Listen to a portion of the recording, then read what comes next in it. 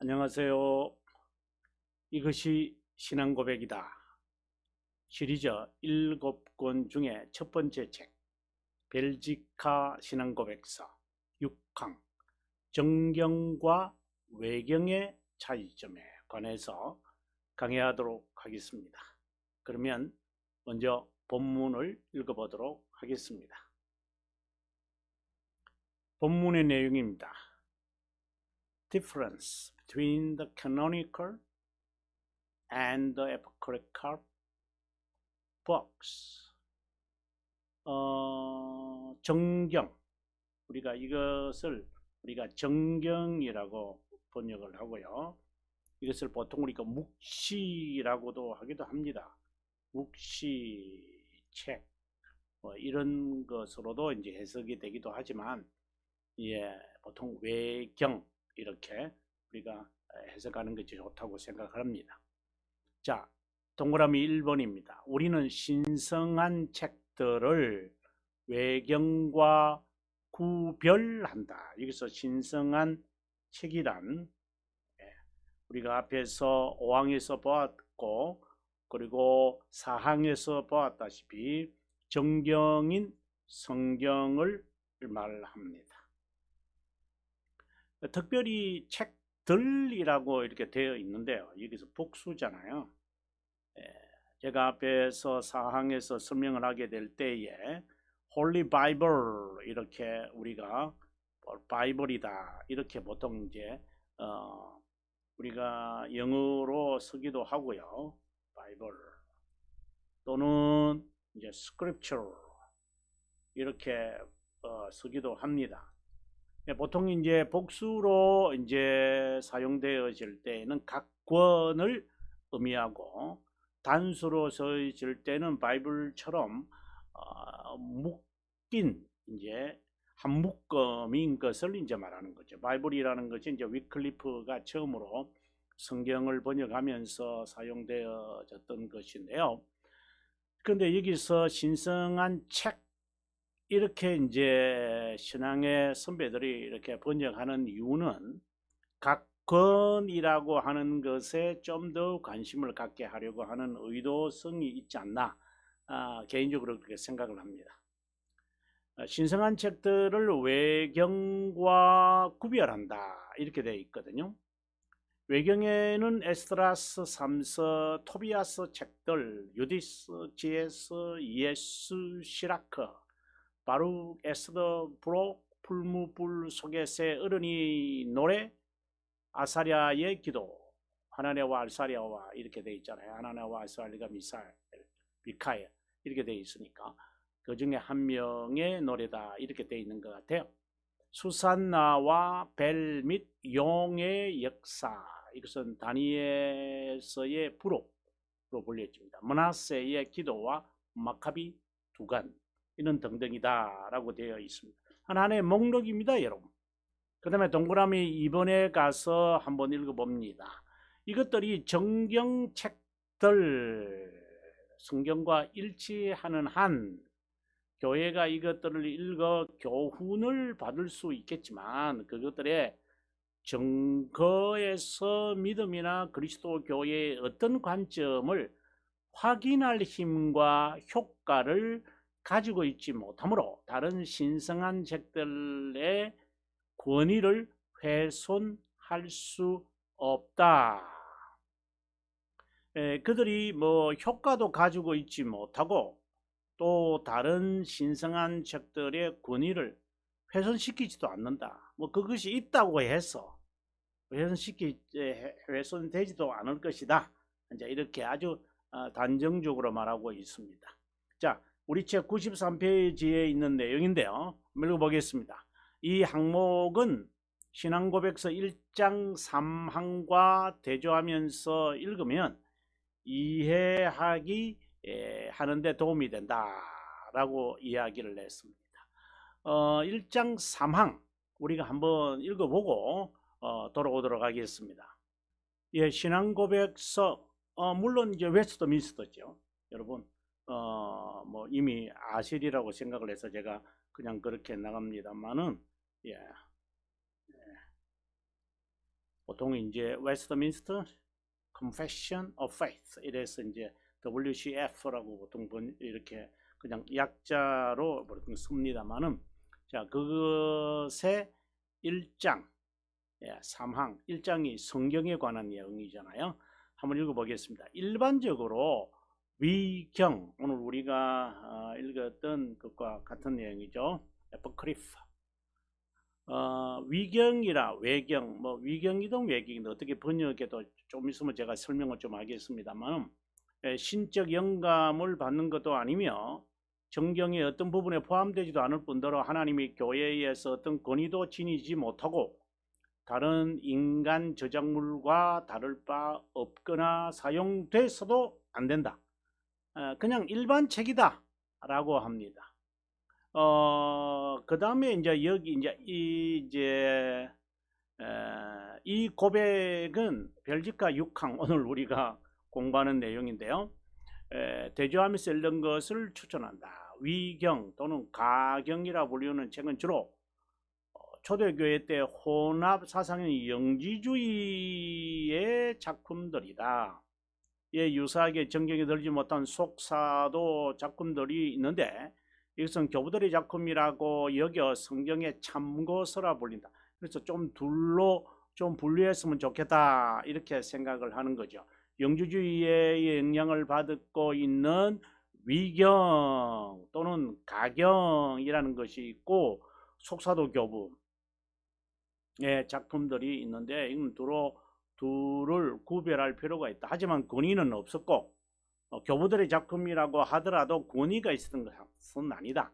성경의 진리를 해석한 것에 불과했다. 이와 달리 영주주의 작품들은 신앙에 큰 해를 끼칠 뿐만 아니라 이단들의 기반이 되는 혼합주의를 지향했다.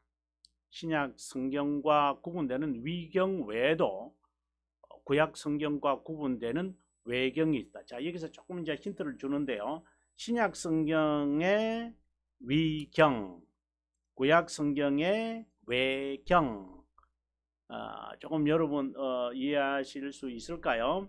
보통 우리가 위경 또는 가경이라는 것이 있고 그 다음에 외경이라고 불리우는 것이 있는데, 위경이라는 것은 신약 성경 27권에 대한 책이고 가짜란 말이죠.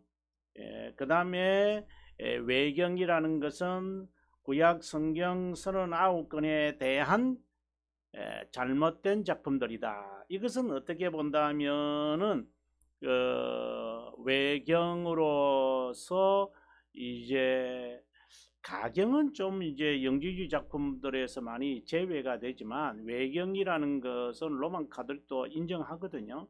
가경 그들은 인정하지 않아요. 제가 말하는 것은 신약 성경에 거짓된 그 영지주의 작품들, 뭐 마리아 복음서, 뭐 베드로 행전, 뭐 예를 들면 그런 것들인데, 그런 마카비라든가 에스라서라든가 이런 말씀들은 말씀이라기보다는 이런 지혜서, 뭐 토비트, 뭐 이런 것은 가끔씩 이렇게 인용이 돼요. 그런 차이가 있다라고 우리가 알고 들어갔으면 좋겠습니다. 자, 그러면 다시 본문으로 돌아오도록 하겠습니다. 이 항목은 신앙고백서 1장 3항, 방금 우리가 읽었는데요. 자, 앞 항목 4항에서 언급된 66권의 성경인 정경과는 달리 외경의 정체를 밝히는 고백이다. 외경은 그리스어로 아포크리포스라는 단어에서 나왔는데 숨기다. 주로 기원전 2세기부터 기원 후 4세기 또는 구약 성경과 신약 성경의 중간기 시대에 작성된 신앙서적이다. 외경은 로만 카톨릭과 루터파 성경에 포함되어 있지만 청교도 성경인 제네바 성경에는 머리말은 외경을 공개적으로 읽지 말아야 한다고 천명했다. 제네바 성경은 1557년에 신약 성경이 완성된 후 3년 만에 구약 성경도 함께 완성된 영어 성경이다. 어제 잠깐 제가 말씀을 드렸습니다만, 어제가 아니고 지난 시간에 네, 영어 성경이죠. 제네바로 이제 신앙의 자유를 찾아서 뭐 존 녹스도 왔습니다만은 신앙의 자유를 찾아서 오신 분들을 위해서 이제 성경이 번역되어져요. 그것이 이제 제네바 성경이다. 이 성경은 킹 제임스 버전이 나오기까지 51년 전에 출판된 것으로 윌리엄 셰익스피어, 존 번역과 같은 뿐만 아니라 신대륙으로 건너간 청교도들이 애용한 성경이다. 이 부분에 좀 우리가 관심을 가졌으면 좋겠어요.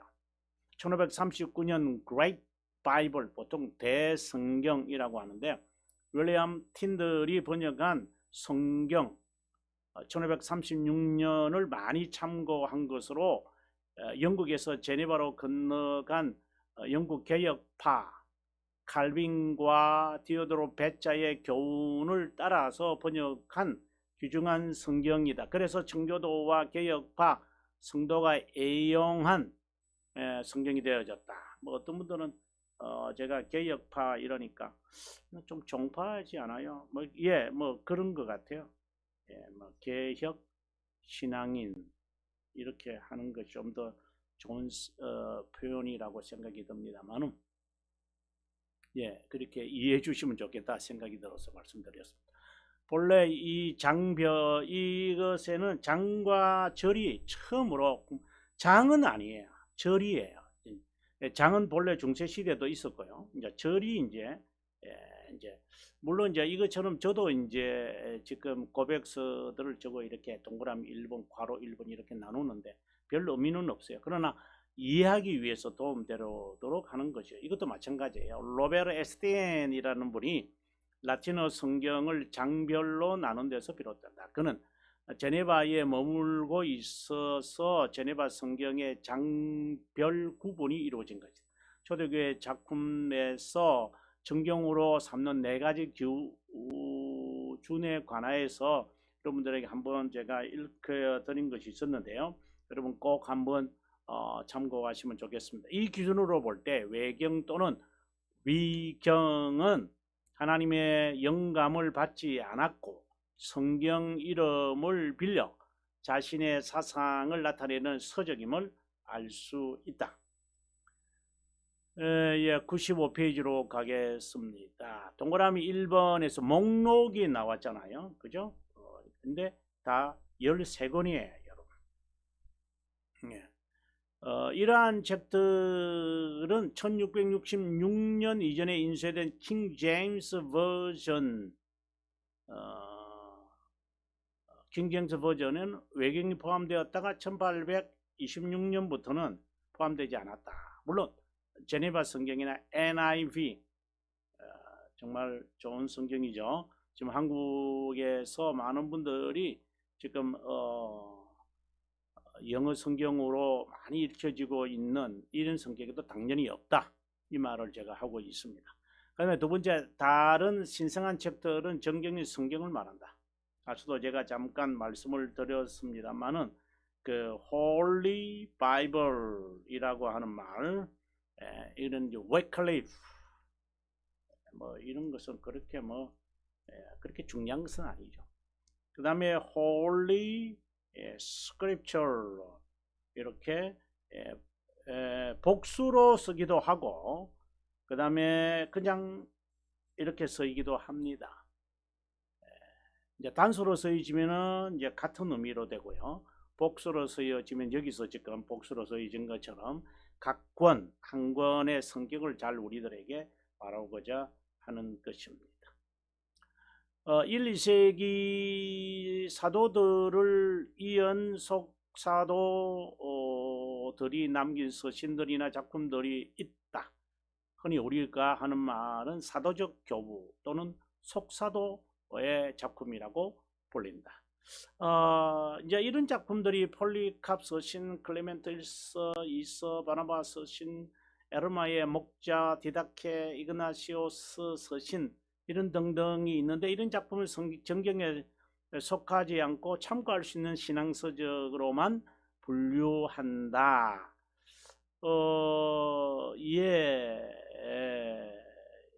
제가 이제 초대교회사를 가르치면서 이거는 제가 한번 판서하면서 설명하도록 하겠습니다. 보통 우리가 이제 신학교에 이제 가보면 교부신학이라는 것이 있습니다. 교부신학 처음 들으실 수도 있는데요. 교부신학. 교부신학이라는 것은 이제 초대교회 때 초대교회 이제 신앙의 선배들을 말하죠. 보통 이분들을 가리켜서 우리가 대문자로 father 이렇게 보통 앞에다가 이제 church father 이렇게 보통 이제 붙입니다. 교부들이라는 이제 이 말이죠. 교회의 아버지들. 여기서 교부 문자 그대로 번역을 합니다. 교부들을 주로 이제 우리가 세 부류로 이제 나누는데요. 이제 첫째로는 방금 말한 것처럼 속사도라고 그래요. 보통 이제 apostolic father 이렇게 말합니다. 이 말 그대로죠. 사도적 교부 뭐 이렇게 보통 하기도 하고 속사도라고 하고, 그 다음에 이제 변증가 이렇게 해요. apologist 이렇게 하죠. apology 변증하는 거죠. 옹호하는 자들. 그 다음에 이제 후기 니케아 교부들 이렇게 돼요. 이게 후기가 있으니까 정기겠죠. 그래서 이 두 부류를 가리켜서 이제 정기라고 그래요. 네, 그래서 정기, 여기는 후기. 그래서 이것을 이제 보통 포스트 나이신 이렇게 나이신이랄 때는 좀 나이신이랄 때는 이제 보통 니케아의 이제 형용사니까 나이신 파더 이렇게 보통 말합니다. 이전에는 이제 정기가 되겠죠. 그죠? 네. 그래서 and 나이신 fathers, post 나이신 fathers 이렇게 나오는데요. 여기에 이 작품들, 이분들 사실상 이때는 그냥 서신이라고 보시면 좋고, 이때부터는 하나의 작품들이 이제 나오는 것 같아요. 우리가 흔히 잘 알고 있는 뭐 오리게네스라든가 테르툴리아누스라든가 이레니우스라든가 다 이 부류에 속하잖아요. 지금 방금 언급했던 것처럼 뭐 클레멘트 1서신이라든가 뭐 바나바스 뭐 이러한 것들은 속사도 하나의 서신들이에요. 어떻게 보면 그러니까 성경의 각권, 신약 성경의 각권하고 상당히 성격이 비슷하죠. 그런데 후기 니케아 교부들 오면은 뭐 잘 알고 있는 아다나시우스라든가 폴리카르포스 아우구스티누스라든가 히에로니무스라든가 요하네스, 크리소스토모스 이런 훌륭한 분들의 이제 이야기가 그런 큰 책들이죠. 그리고 수십 권 이제 이러한 그 작품들이 나오거든요. 그래서 교부신학 이러한 책들은 신앙의 참고서지.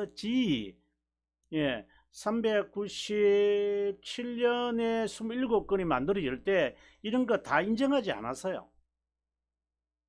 근데 이제 이런 작품들에서 지속적으로 신앙의 선배들이 이것은 하나님의 말씀, 영감된 것이다. 이렇게 이제 말씀하는 것들을 이러한 작품들을 통하여 신앙의 선배들, 뭐 아우구스티누스나 히에로니무스와 같은 분들이 이제 읽고 보관하고 발견하고 확언하고 그리고 이제 점검해서 이제 27권이 만들어진 것이지. 그냥 갑작스럽게 뭐 통용하고 있는 것 할까 이런 것이 아니라 이런 작품들에서 이제 계속해서 언급되어지는 것, 이제 그것을 공통적인 것들을 찾아내는 그 작업을 우리가 정경화, canonical 프로세스를 이제 해서 이제 27권이 이제 완성되어졌다 이렇게 보시면 아마 정확하리라고 생각합니다. 이제 다시 본문으로 돌아왔어요. 95페이지입니다. 여러분 기억해 주시고, 속사도 작품 여기서 방금 언급했고 제가 쭉 설명을 해드렸습니다. 참고, 참고는 되지만 이렇게 이야기를 했습니다. 그 다음 페이지로 한번 가겠습니다. 96페이지. 하나님의 이름을 언급하며 쓰인 서적이라고 신앙에 모두 유익한 것이 절대 아니다. 많은 책을 읽는 것이 중요한 것이 아니라 다른 책을 정독하는 것이 훨씬 중요하다. 그래서 늘상 제가 그 에드먼드 칼럼이 이것이 기독교인의 묵상이다라고 하는 책에서 인용하는 것처럼 하나의 설교를 20번 듣는 것이 좋지 20개의 설교를 듣는 것이 좋은 것은 아니다. 이렇게 되는 거죠. 저도 그렇게 봅니다. 그래서 제가 여러분들에게 기독교 강요 책을 정말 제가 심혈을 기울여서 근 30년이죠. 지금 오늘 이제 을을 생각했을 때 30년이라는 기나긴 세월을 제가 읽고 또 번역하고 주석을 쓰고 또 내용을 추리고 동영상이나 찾아다니기보다는 이제 강의로 여러분들에게 보고하고 싶은 게 내 평생에 이것은 중요한 저의 소명이라고 봅니다. 단순히 그냥 책들 중에 한 권이 아니라 기독교 강요는 오늘 우리가 강의하고 있는 이런 신앙 고백서 개혁 신앙의 근본이 되는 하나님의 말씀을 어떻게 해석하고 적용하고 따라 살 것이냐, 이것에 대한 총집합체인 6개 신앙 고백서에 대한 주석을 제가 쓴 이유도 바로 이 때문인 거죠. 많은 책을 읽는 것으로 자랑하지 마라. 오히려 더 머리가 복잡하다. 이것은 제 경험에서 나온 말이고, 또한 에드먼드 칼럼이라고 하는 책을 여러분들에게 한번 제가 소개해 드리겠습니다. 이 책입니다, 여러분. 이것이 기독교인의 묵상이다라고 하는 책인데요. 여러분에게 정말 추천합니다. 그 영어 제목을 보면 The Art of Divine Meditation by Edmund Callamy라고 되어 있습니다. 정말 장로교 청교도로서 가장 존경받는 사람으로, 또 청교도로서 우리들에게 알려진 것처럼 청교도는 우리가 흔히 말할 때 뭐라고 그럽니까? 퀴티 이런 말을 하는데, 청교도들이 어떻게 퀴티를 했는가요? 지금 하고 있는 퀴티에 제가 반론을 제기를 하겠습니다만은, 그런 퀴티를 아니었어요. 그거하고 달라요, 여러분. 정말 진정으로 신앙의 선배들이 어떻게 메디테이션을 했는지 분명히 여러분 아셔야 돼요. 이거는 좀 여담입니다만은, 이 메디테이션이라고 하는 게 지금 우리가 흔히 말하는 그 퀴티하고는 달라요, 여러분. 퀴티하고 quiet time하고 청교도, 제가 말하는 이거 틀렸다는 게 아니라 청교도의 묵상 방법하고는 다르다 이 말입니다. 이 책이 하나의 교과서예요. 청교도들 하면 묵상이잖아요. 그렇죠? 그렇다면 그들이 어떻게 묵상을 했느냐, 이분 말고 또 이제 에드먼드 칼럼이라는 사람 말고 또 한 분이 있죠. 그 조셉 홀이라고 하는 분이 있어요.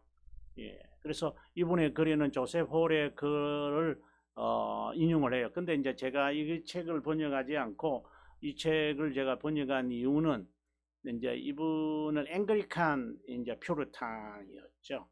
그래서 조금 이제 꺼리는 게 있어서 그렇지, 실제로는 내용이 거의 같아요. 에드먼드 칼럼이라든가 그 다음에 조셉 홀의 글은 거의 같아요. 자, 아무튼 여러분들에게 참고하는 서적을 여러 번 읽으려고 여러 번 읽으려고 해라. 예, 여러 책을 읽으려고 하지 마라. 라는 말이 이제 칼럼이가 우리들에게 묵상을 이야기하면서 했던 것이라고 여기서 여러분들에게 한번 소개해 드렸습니다. 자, 그러면 다시 본문으로 돌아오도록 하겠습니다. 독자는 자기의 구미에 맞는 책을 골라서 자긍심을 높이려고 한다. 신앙을 위하기보다 일시적으로 위로와 흥미를 위해 서적을 고른다. 한두 차례 읽기도 전에 팽개쳐 버리는 책들이 간혹 있다. 서적의 홍수시대라고 말할 수 있다. 그래서 저는 정말 신앙의 서적으로 어떤 것을 추천합니까? 이렇게 하면 당연히 기독교 강요입니다. 근데 이 기독교 강요를 실제로 읽어서 전체를 맥락을 잡는 것은 거의 불가능합니다. 신학자도 불가능합니다. 그래서 제가 이제 이것이 기독교 강요다라고 하는 제가 이 시리즈를 제가 이제 쓸 수밖에 없었던 것이었죠. 가장 최고의 책이라고 저는 봅니다. 이 한 권으로 다 모든 것을 신앙을 커버할 수 있다고 저는 확신합니다.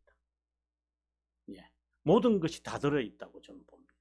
자, 오늘의 강의는 이제 여기까지 할까요? 다음 시간에 여러분 이제 7항에 와서 아주 중요한 내용인데요. 아마 중요하게 여러분 아마 두 번의 강의를 통해서 할는지 모르겠습니다만은 믿음의 유일한 규칙인 성경의 충분성에 관해서 다음 시간에 강의하도록 하겠습니다.